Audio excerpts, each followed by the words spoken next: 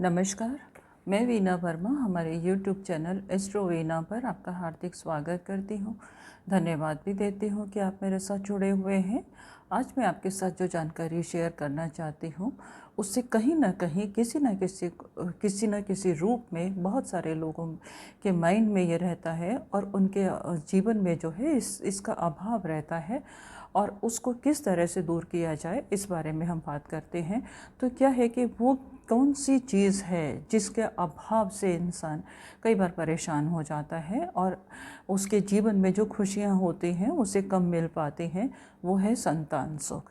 हर एक इंसान जो है एक बार जब बड़ी एज हो जाती है, अपने आप को सेटल कर लेता है अपनी लाइफ में, उसकी महत्वाकांक्षाएं पूरी हो जाती हैं, उसके बाद उसका जो स्टेप आता है वो होता है घर बसाने का। घर बसाने के बाद भी कुछ समय के बाद जब वो एक एक तरह के लाइफस्टाइल से गुजरता चला जाता है, तब एक महत्वपूर्ण जो परिवर्तन जीवन में आता है, उनके जीवन को सार्थक करने वाला जो परिवर्तन होता है वो होता है संतान सुख का।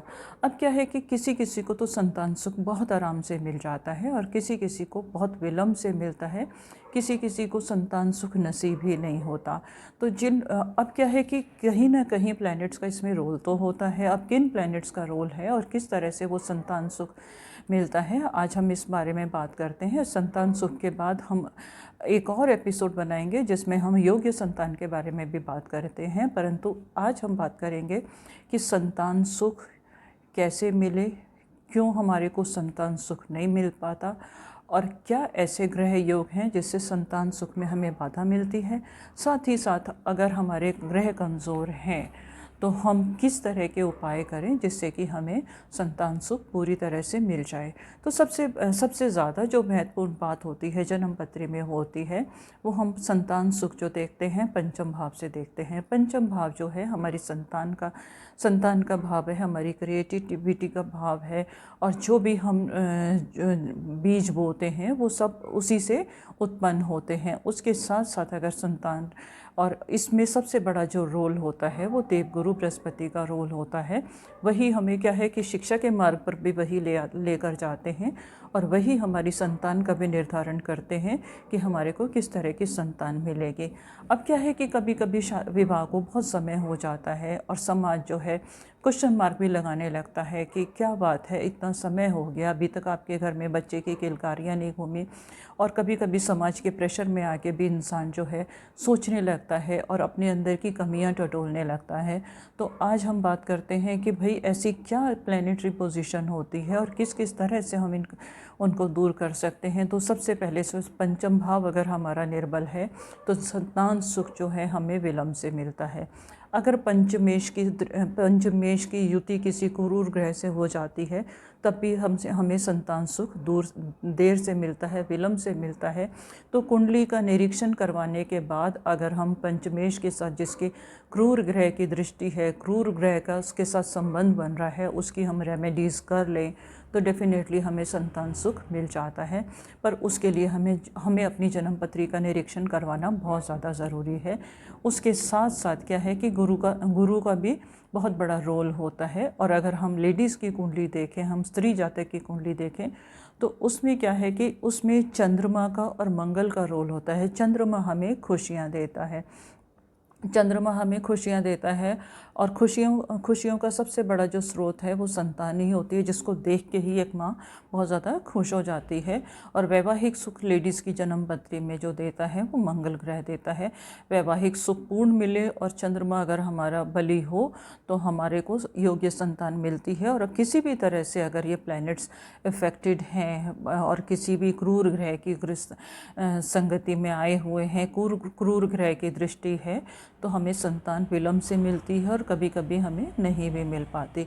और अगर हम पुरुष की कुंडली में देखें तो संतान सुख के लिए क्या है कि इसमें शुक्र की स्थिति को देखना बहुत ज़्यादा ज़रूरी है। शुक्र की स्थिति इसलिए क्योंकि वही हमें, शुक्र जो है हमें भौतिक सुविधाएं देता है, हमारी इंटरटेनमेंट का स्वामी भी है और हमारे को वैवाहिक जीवन का भी पूरा सुख हमें शुक्र ही देता है। जेंट्स की कुंडली में तो हमें उसकी स्थिति को देखना भी ज़रूरी है।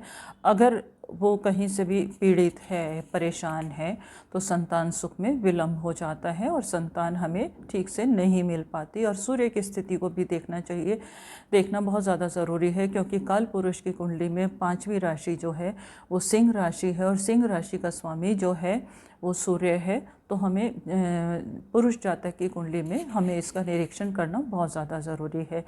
और अगर किसी भी प्लैनेट की, वही मैंने जैसे आपको पहले भी बताया, अगर किसी क्रूर ग्रह की दृष्टि है तो हमें उसके उपाय कर लेने चाहिए। परंतु यहाँ मैं आपको आपके पास कुछ जनरल उपायों के बारे में बात करती हूँ। अगर हम ये जो उपाय हैं वो सभी जन्म पत्रियों के ऊपर लागू हो सकते हैं। अगर इनसे लाभ ना मिले तो हमें जन्म पत्री का निरीक्षण करवा लेना चाहिए। तो क्या है कि सबसे पहले जो हमारे को संतान सुख में जो परेशानी मिल रही है और संतान सुख विलम्ब से हो रहा है, तो सबसे पहला उपाय हम क्या कर सकते हैं कि हम आटे की गोलियां बनाएं, 5 आटे की गोलियां बनाएं थर्सडे को, और उसके अंदर थोड़ी सी चने की दाल अगर हम उसके अंदर रखते हैं और वो हम गाय को खिलाते हैं तो संतान की हमारी अभिलाषा जो है वो पूर्ण हो सकती है। परंतु ये करने के बाद भी अगर आपको संतान सुख नहीं मिलता तो आपको अपनी जन्म पत्री का निरीक्षण करवाना चाहिए। उसके साथ में दूसरा उपाय मैं आपको बताती हूँ, वो ये है कि हम शुक्रवार को आटे की गोली में, अगर किसी भी तरह से हमारा शुक्र पीड़ित है तो आटे की गोली में अगर हम थोड़ा सा पनीर रख के गाय को खिलाते हैं तो हमारा शुक्र जो है बलवान हो जाता है और हमें संतान सुख प्राप्त हो जाता है।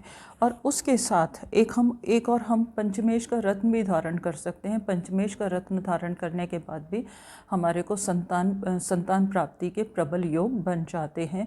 परंतु पंचमेश का रत्न हम जन्म पत्री का निरीक्षण करवा के धारण करेंगे तभी हमारे लिए ठीक होगा, क्योंकि अगर पंचमेश हमारा 6ठी 8वीं 12वीं राशि में बैठा हुआ है और संतान विलम्ब से हो रही है तो उस स्थिति में हम किसी भी तरीके से हम पंचमेश का रत्न धारण नहीं कर सकते। पंचम भाव को बल देने वाले ग्रह का हम रत्न धारण कर सकते हैं। और इसके साथ साथ एक बहुत सिंपल सा उपाय है, बहुत सिंपल उपाय है। उसमें हम क्या कर सकते हैं कि हम राधा कृष्ण के मंदिर में एक छोटी सी अपनी कैपेसिटी से मैं आपको ये नहीं कहूँगी कि आप उपाय कर रहे हैं तो आप बहुत ज़्यादा धन खर्च करें, तो छोटी सी एक बांसुरी राधा कृष्ण के मंदिर में भेंट करें और उनके ब्लेसिंग से भी आपको संतान की प्राप्ति हो सकती है। एक और बहुत छोटा सा जनरल उपाय है कि अगर आप एवरी थर्सडे, जब तक आपको संतान का सुख नहीं मिल रहा, गाय को गुड़ और चने की दाल खिलाएंगे तो डेफिनेटली संतान प्राप्ति के आपके योग बन जाते हैं। उम्मीद करती हूँ कि इन छोटे छोटे उपायों से आपकी अभिलाषा पूर्ण होगी।